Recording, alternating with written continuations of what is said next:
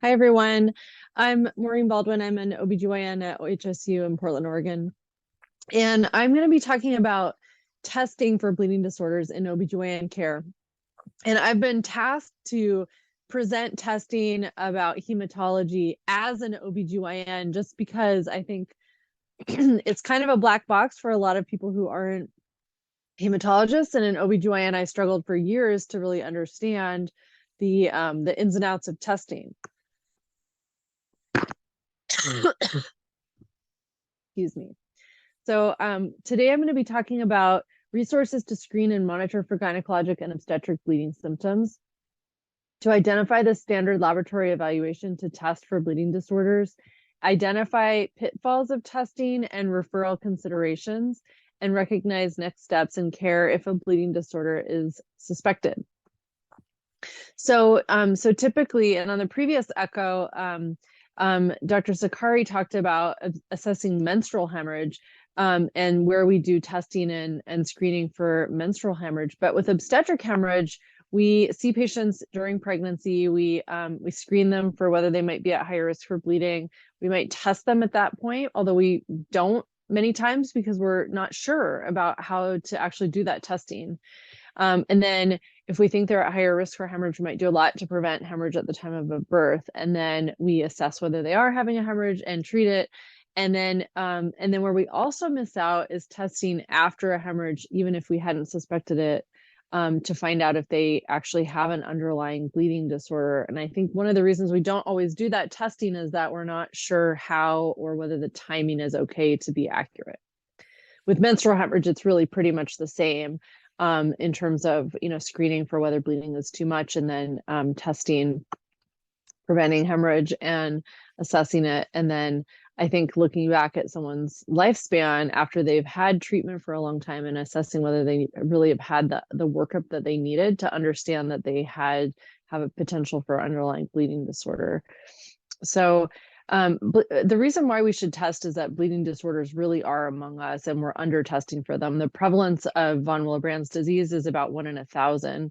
But the proportion of people with von Willebrand's disease that are transfused before diagnosis is about 1 in 4. And on average, it takes about 16 years for someone with von Willebrand disease to be tested after the first onset of bleeding symptoms. So if for some people, bleeding symptoms are their first period or their first experience with pregnancy, then we really are on the front lines for assessing whether they should get tested. The proportion of teens who have heavy menstrual bleeding is about 20%. And then of those, the proportion with a bleeding disorder is really up to half.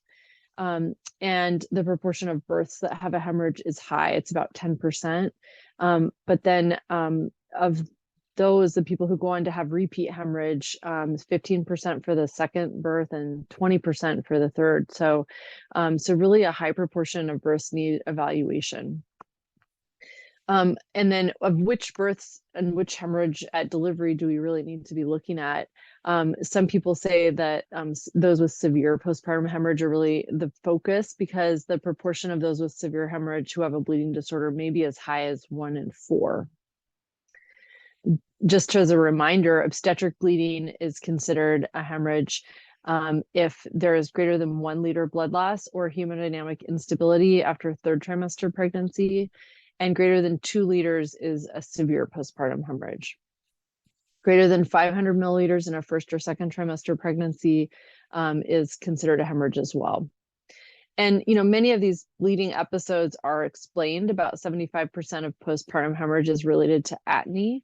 And so it can be really easy to explain away the bleeding and not go through the testing process. Of those who had the severe postpartum hemorrhage greater than 2 liters in one study, up to 23% were diagnosed with a bleeding disorder after testing. So which ones of these really should we be focusing on? It really should be when there's an unknown cause for postpartum hemorrhage or really anybody that you're not sure about. So when there's no significant atony, no significant laceration, and no retained placenta, then those people should be tested. And in particular should be tested if they have any kind of family history of bleeding or any personal bleeding history. So how do we go about the testing once we've decided that we're going to? And we really should have a low bar for proceeding with testing. The basic testing panel that anybody should order would be a CBC, ferritin, TIBC, and iron, and a von Willebrand disease panel, which is 3 components: the von Willebrand factor antigen, von Willebrand factor activity, and the factor VIII activity. Additionally, we should order coags, which are usually coming as a PT-PTT, and not always including a fibrinogen, but fibrinogen is helpful sometimes, as well as what is not a test, but a physical exam, Beighton score to assess hypermobility. And I'll go through that a little further. So these are the basic initial tests that everybody should be ordering. A Beighton score is to assess whether somebody has hypermobility. Hypermobility might indicate a collagen disorder, which might have implications both for uterine contractility as well as for vasoconstriction to help with hemostasis. So Beighton score is any of these stretchy tests to find out if somebody would be better at being a yoga instructor. And you can do these even on a video visit. It's something I usually start with by saying, hey, do you feel like you're a stretchy person, and can you do this? And they will demonstrate some of these findings. Number 4 and 5 are a little harder on video visits, but you can just ask them, are you able to touch the floor when you bend over? And these are scored, bilaterally, and then the touching the floor is 2 points total. If there are more than 4 points, there's joint laxity, and greater than 6 is considered hypermobility. Okay, onto some pitfalls of testing. So when might some of these test results be confusing or wrong or need to be repeated? One important point with CBC is that normal hemoglobin doesn't exclude that there is iron deficiency present. So we really should be always adding a ferritin and making sure that we don't just write off normal hemoglobin as everything is fine. When there is acute on chronic blood loss, we might see a normal MCV. So while we're usually looking for whether there's a low MCV that might indicate iron deficiency, if this has been going on for a while, such as with heavy regular menstrual bleeding, the patient might actually be compensating a little bit, and it may not demonstrate a low MCV. It's important to look at the platelet count. Sometimes that can be the isolated finding that we're screening for, but a normal platelet count doesn't exclude platelet dysfunction. So we won't be testing for function of platelets on initial screening, but it's important to remember that if the symptoms look abnormal and the CBC is normal and everything else is normal, there still may be functional abnormalities for platelets, and that's something the hematologist will look into further. Ferritin is an acute phase reactant. Acute phase reactant is going to be the phrase of the day, meaning that when there is stress, hemorrhage, other things going on like pregnancy even, the value might be falsely high. And so we may need to repeat it to really understand what's going on. Serum iron is helpful when we're managing iron, but it is reflective of the day's iron intake only. So it's not what we look at to decide if someone has iron deficiency. Okay, the von Willebrand panel, I think, is the most mysterious of all of these tests. There are 3 parts. The von Willebrand factor antigen is telling us how much von Willebrand factor protein is there. So we're looking for an amount, and if it's low amount, then there is not enough of the factor there. A high amount would be normal or good. Von Willebrand factor activity comes in a percentage, and it assesses the von Willebrand factor function of binding to collagen or platelets. So again, we're looking for a normal or higher value, and a low value is concerning. I think this is one of the test results that has always thrown me off, because you often see different wording depending on the laboratory doing the assessment. Different labs use different assays to test the binding of von Willebrand factor to collagen or platelets, and they might show results such as the ristocetin test, collagen binding, GP1B, and then further get confused because other tests we see with results that have collagen in them also are things like the dilute Russell Viper venom test, and that's used for abnormal PTT evaluation or lupus anticoagulant tests. So just to say that we're really just looking at the percent for the function value, and if the function is low, then that's abnormal. We'll go through what amount of low would actually constitute abnormal. And then the factor VIII activity, it assesses the von Willebrand factor ability to bind to factor VIII. And again, we want normal or elevated, and low is abnormal. Factor VIII is in particular an acute phase reactant. So sometimes it can be exceedingly high, and we sometimes get referrals for very high factor VIII with concern for it being abnormal. And an elevated factor VIII activity is normal. The biggest pitfall is that you're not ordering the right test, in that whatever lab panel your Epic or your online, your electronic medical record has set up for you might not include all three of these tests. And so you just want to make sure that you either order them separately or that your panel is ordering all three of them for you: the antigen activity and factor VIII activity. Abnormally low von Willebrand levels may be a lab error. Even though that's what we're looking for as being abnormal, we should always repeat them, because especially very low levels may just be a lab problem.